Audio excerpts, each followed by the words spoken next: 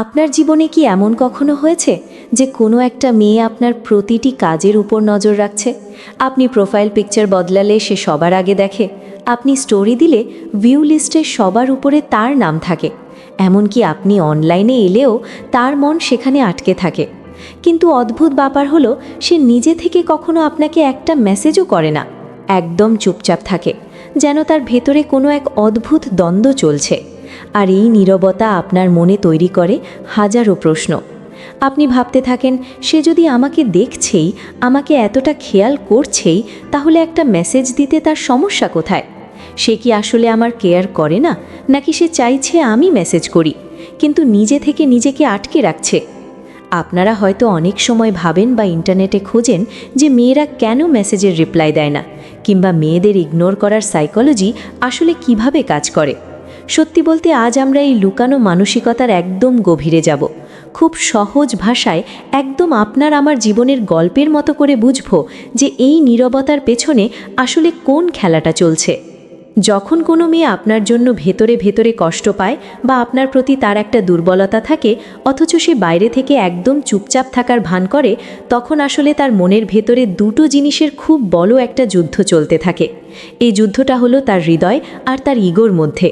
তার হৃদয় তাকে বারবার বলতে থাকে, যাও ওকে একটা মেসেজ করে দাও, ওর সাথে কথা বলো, তুমি তো ওকে মিস করছো, একবার কথা বললেই তো মনের এই ছটফটানি, এই অস্থিরতা দূর হয়ে যাবে। হৃদয় সবসময় একটা শান্তি চায়, একটা সংযোগ বা কানেকশন চায়। কিন্তু ঠিক তখনই তার ইগো ফিসফিস করে বলে ওঠে, না, একদম না, আগে মেসেজ করা যাবে না। তুমি যদি আগে মেসেজ করো তাহলে সে ভাববে তুমি তার জন্য পাগল হয়ে আছো, তোমার দাম কমে যাবে, একটু অপেক্ষা করো, দেখতে দাও সে নিজে থেকে আগে আসে কিনা। এই যে ইগো আর হৃদয়ের লড়াই, এটাই মেয়েটিকে ভেতর থেকে একদম ছিঁড়ে ফেলে। সে খুব কষ্ট নিয়ে আপনার স্টোরিগুলো দেখে, আপনি কখন অনলাইনে আসছেন সেটার জন্য ঘন্টার পর ঘন্টা অপেক্ষা করে, কিন্তু তারপরও নিজের আঙুলগুলোকে মেসেজ টাইপ করা থেকে আটকে রাখে। তার এই নীরবতা আসলে তার একটা কৌশল, আবার একই সাথে তার একটা দুর্বলতাও। সে চায় আপনি এই না বলা ব্যথাটা বুঝুন, কিন্তু আপনি যদি এই সময় চুপ থাকেন তাহলে এই লড়াইটা তার ভেতরে আরও তীব্র হতে থাকে। আর যতদিন এই লড়াই চলবে তার ভেতরের অস্থিরতাও তত বাড়তে থাকবে। এখন আপনার মনে প্রশ্ন আসতেই পারে, যদি সে সত্যিই ভালোবাসে বা সত্যিই তার মনে ফিলিংস থাকে, তাহলে সে আগে মেসেজ করে না কেন? এর উত্তর লুকিয়ে আছে তাদের মানসিক গঠন আর আমাদের সমাজের কিছু নিয়মের মধ্যে। প্রথমত, রিজেকশনের ভয়। এটা সবারই থাকে।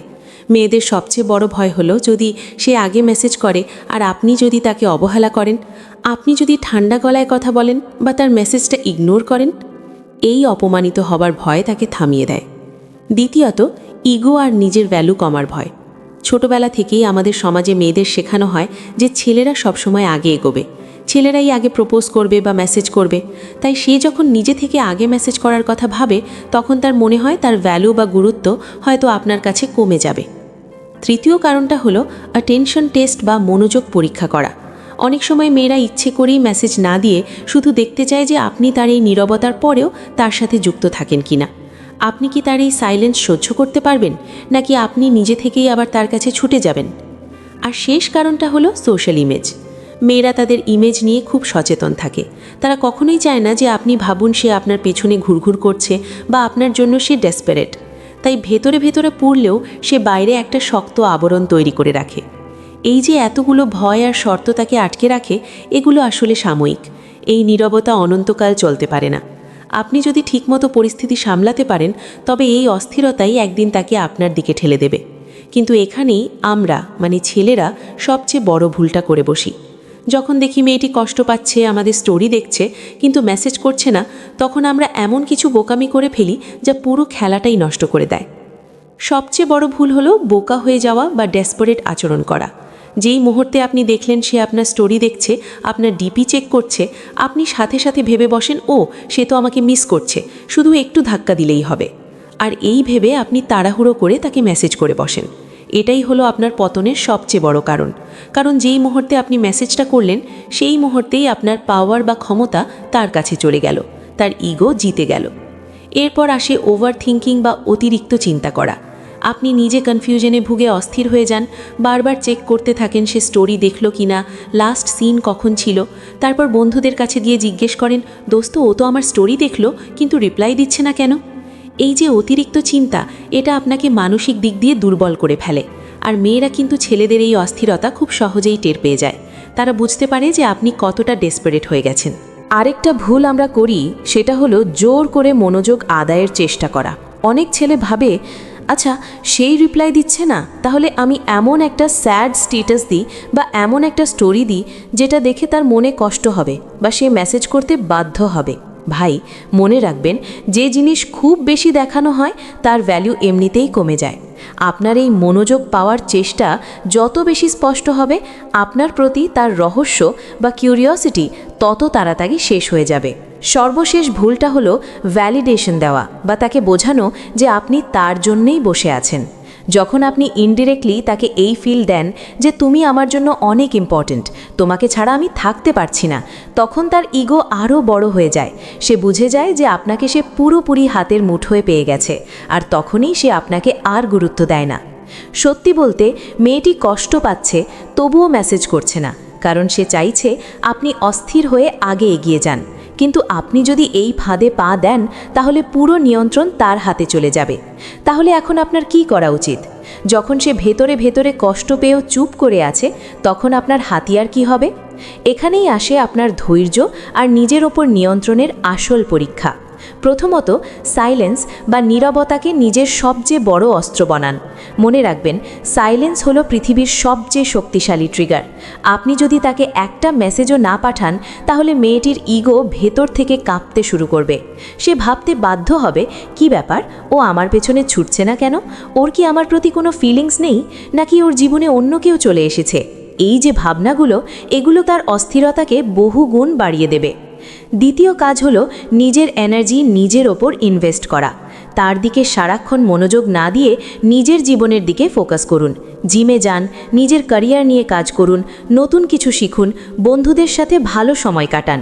আপনি যখন নিজের জীবনে ব্যস্ত থাকবেন, তখন আপনার ভ্যালু এমনিতেই তার চোখে বাড়তে থাকবে।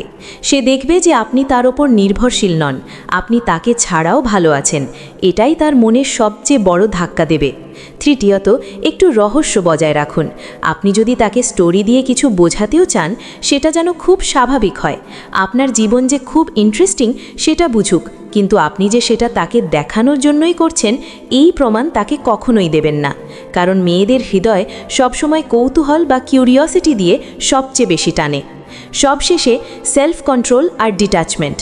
আপনার একটি মাত্র মেসেজ তার ইগোকে বাঁচিয়ে দিতে পারে, কিন্তু আপনার নীরবতা ধীরে ধীরে তার সেই ইগোকে ভেঙে চুরমার করে দেবে। নিজের ওপর নিয়ন্ত্রণ রাখাই হলো আপনার আসল ক্ষমতা। আর ডিট্যাচমেন্ট মানে হলো, আমি তোমাকে চাই, কিন্তু তুমি না থাকলেও আমার জীবনে কোনো সমস্যা নেই, আমি ভালো থাকতে জানি। এই লাইনটাই মেয়েদের ইমোশনকে সবচেয়ে বেশি ট্রিগার করে। আপনি যত বেশি ডিট্যাচড বা নির্লিপ্ত থাকতে পারবেন, আপনার শক্তি তত বাড়বে। আপনি যখন এই সাইলেন্স আর ডিট্যাচমেন্ট ধরে রাখবেন, তখন মেয়েটির মনের ভেতরে একটা অদ্ভুত সাইকোলজিক্যাল পরিবর্তন শুরু হবে। এটা কয়েকটা ধাপে হয়। প্রথমে তার মনে জন্ম নেবে কৌতূহল। সে ভাববে, ও আমাকে মেসেজ করছে না কেন? সে আপনার অনলাইন স্ট্যাটাস চেক করবে, আপনার অ্যাক্টিভিটি নোটিস করবে। এটা হলো প্রথম ধাপ। এরপর শুরু হবে সন্দেহ। যখন আপনার নীরবতা দীর্ঘ হবে, তখন তার মনে সন্দেহ দানা বাঁধবে। সে ভাববে, ও কি আমাকে আর পরোয়া করে না? ও কি সত্যি ব্যস্ত? এই সন্দেহ তার মনে একটা ইনসিকিউরিটি বা নিরাপত্তাহীনতার জন্ম দেবে। তৃতীয় ধাপে তার ইগো দুর্বল হতে শুরু করবে। সে ভাববে, আমি তাকে ইগনোর করছি, তাও সে আসছে না, তাহলে কি আমি তাকে হারিয়ে ফেলব? এই হারানোর ভয় তার হৃদস্পন্দন বাড়িয়ে দেবে। চতুর্থ ধাপে সে ওভার থিঙ্কিং করতে শুরু করবে। সে নিজের মনেই হাজারটা প্রশ্ন তৈরি করবে। আমি কি কিছু ভুল করেছি? সে কি আমার উপর রাগ করেছে? ওর জীবনে কি নতুন কেউ এলো? এই অতিরিক্ত চিন্তা তার অস্থিরতাকে এমন এক পর্যায়ে নিয়ে যাবে যে সে আর নিজেকে ধরে রাখতে পারবে না। এবং শেষ ধাপে তার ইগো পুরোপুরি ভেঙে পড়বে। তার হৃদয় জয়ী হবে।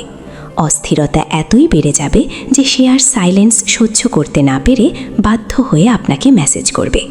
এখন সে যখন মেসেজ করবে, তখন আপনার প্রতিক্রিয়া কেমন হওয়া উচিত? এই জায়গাটায় এসে অনেকেই সব মাটি করে ফেলে। মেয়েটি যখন তীব্র অস্থিরতা নিয়ে মেসেজ করে তখন আপনি যেন আবেগে গলে গিয়ে কনফেশন বা অভিযোগ করতে শুরু না করেন। তাকে বোঝাবেন না যে আপনি তার মেসেজের জন্যই তীর্থের কাকের মতো বসেছিলেন, বরং ক্যাজুয়ালি কথা শুরু করুন। সে যদি জিজ্ঞেস করে কি করছো বা অনেক দিন তো খোঁজ নেই, আপনি খুব শান্তভাবে একটু প্লেফুল মোডে রিপ্লাই দিন। যেমন বলতে পারেন, এই তো নিজের কাজ করছিলাম, তুমি কেমন আছো? জাস্ট এতটুকুই। কখনোই তাকে কটাক্ষ করবেন না বা অপরাধ বোধে ভোগাবেন না। এতদিন পর মনে পড়ল, বা তুমি তো খুব ব্যস্ত হয়ে গেছো, এই ধরনের কথা বলবেন না। এগুলো আপনার ইনসিকিউরিটির লক্ষণ। এর বদলে শান্ত থাকুন। এতে সেই বুঝবে যে আপনি মানসিকভাবে কতটা শক্ত এবং তার কথায় আপনি সহজেই নড়বড়ে হন না। কথা বলার সময় নিজের ইন্টারেস্ট দেখান, কিন্তু তাকে এটা বুঝতে দেবেন না যে আপনি তার জন্য মরে যাচ্ছেন। আপনার রিপ্লাই যেন ছোট, সুন্দর এবং কুল হয়। আপনার জীবন যে সুরক্ষিত এবং তাকে ছাড়াও যে আপনার জীবন একটা সুন্দর ছন্দে চলছে, এই ভাইবটা তাকে দিন। যখন তার অস্থিরতা চরমে পৌঁছাবে তখন সে নিজেই আপনার প্রতি আরও বেশি ইমোশনালি ইনভেস্ট করতে শুরু করবে, কারণ আপনি প্রমাণ করেছেন যে আপনার জীবন শুধুমাত্র তার চারপাশে ঘোরে না। এই জিনিসটাই তার ইনসিকিউরিটিকে ট্রিগার করবে এবং সে নিজেই চাইবে আপনার জীবন একটা শক্ত জায়গা তৈরি করতে। ধীরে ধীরে সে আপনার উপর ইমোশনালি ডিপেন্ডেন্ট হয়ে পড়বে। সে ভাববে, যদি আমি ওকে ইগনোর করি ও তো আমায় ছেড়েও যেতে পারে। আর এই হারানোর ভয়টাই তাকে আপনার সাথে আরও শক্তভাবে জুড়ে দেবে। এতক্ষণ ধরেই খেলাটা তার হাতে ছিল। সে ভাবত সে সাইলেন্স দিয়ে আপনাকে অস্থির করবে, কিন্তু আপনি যখন সাইলেন্সকে নিজের অস্ত্র বানালেন তখন পুরো পাওয়ার শিফট হয়ে গেল। এখন তার ইমোশনের সুতো আপনার হাতে। এই পর্যায়ে এসে তার অ্যাটাচমেন্ট আর আগের মতো ভাসমান থাকবে না, এটা অনেক গভীর আর তীব্র হবে। সে আপনাকে হারানোর ভয় পাবে। আপনি একটু দেরিতে রিপ্লাই দিলেও তার কষ্ট হবে। এখানেই আপনার ম্যাচিউরিটির আসল পরিচয় দিতে হবে। কোনো রকম ড্রামা করবেন না। খুব শান্তভাবে তার ফিলিংসগুলোকে গ্রহণ করুন এবং তাকে তার প্রাপ্য ভ্যালু দিন। বন্ধুরা, আজকে আমরা যে সাইকোলজি বা মানসিকতার ব্যাপারটা বুঝলাম, এটা যে কোনো ছেলের জন্য একদম লাইফ চেঞ্জিং হতে পারে। যে কোনো মেয়ের চুপচাপ থাকাটা আসলে তার ভেতরের একটা যুদ্ধ। হৃদয় বনাম ইগো, রিজেকশনের ভয়, সমাজের শেখানো নিয়ম আর নিজের ইমেজ বাঁচানোর চেষ্টা তাকে থামিয়ে রাখে। কিন্তু আপনার হাতে থাকে পুরো গেমটা পাল্টে দেওয়ার সুযোগ। আপনি যদি বোকার মতো ইমোশনাল হয়ে মেসেজ করে বসেন তাহলে তার ইগো জিতে যায় আর আপনি আপনার পাওয়ার হারান। কিন্তু আপনি যদি সাইলেন্স ধরে রাখেন, ধৈর্য দেখান, সেলফ কন্ট্রোল আর ডিট্যাচমেন্টকে নিজের শক্তিতে পরিণত করেন, তবে তার ভেতরে শুরু হয় এক বিশাল মানসিক ঝড়। কৌতূহল থেকে সন্দেহ, সন্দেহ থেকে ইনসিকিউরিটি এবং সব শেষে ওভার থিঙ্কিং তাকে এমন এক জায়গায় নিয়ে যায় যেখানে সে নিজের ইগোকে বিসর্জন দিয়ে আপনার কাছে আসতে বাধ্য হয়। নীরবতা আর নির্লিপ্ততার এই শক্তি অসাধারণ। এটা শুধু মেয়েটিকে ট্রিগার করে না, বরং আপনার প্রতি তার সম্মান, আকর্ষণ এবং নির্ভরতা বহুগুণ বাড়িয়ে দেয়। তাই যে মেয়েটি কষ্ট পেয়েও আপনাকে মেসেজ করছে না, তাকে সাইলেন্স দিয়েই উত্তর দিন, কারণ সাইলেন্স হলো সেই ওষুধ যা ইগোকে মেরে ফেলে আর হৃদয়কে জাগিয়ে তোলে। আশা করি আজকের এই আলোচনা থেকে আপনারা রিলেশনশিপ সাইকোলজির অনেক গভীর কিছু বিষয় একদম সহজভাবে বুঝতে পেরেছেন। আপনার যদি আজকের এই ভিডিওটি ভালো লেগে থাকে, যদি মনে হয় কথাগুলো আপনার জীবনের সাথে মিলে যাচ্ছে বা নতুন কিছু শিখতে পেরেছেন, তাহলে অবশ্যই ভিডিওটিতে একটি লাইক দেবেন। আপনাদের একটা লাইক আমাকে এই ধরনের আরও বাস্তবমুখী এবং সাইকোলজিক্যাল ভিডিও বানাতে অনেক বেশি উৎসাহ দেয়। আর হ্যাঁ, চ্যানেলটি সাবস্ক্রাইব করতে একদম ভুলবেন না, কারণ আগামীতে রিলেশনশিপ এবং হিউম্যান সাইকোলজি নিয়ে এমন আরও দারুণ সব ভিডিও আসতে চলেছে। সাবস্ক্রাইব করে বেল আইকনটি চেপে দিন, যাতে নতুন ভিডিও আসার সাথে সাথেই আপনি নোটিফিকেশন পেয়ে যান। ভালো থাকবেন, নিজের যত্ন নেবেন এবং নিজের ভ্যালু বুঝতে শিখবেন। দেখা হবে পরের ভিডিওতে।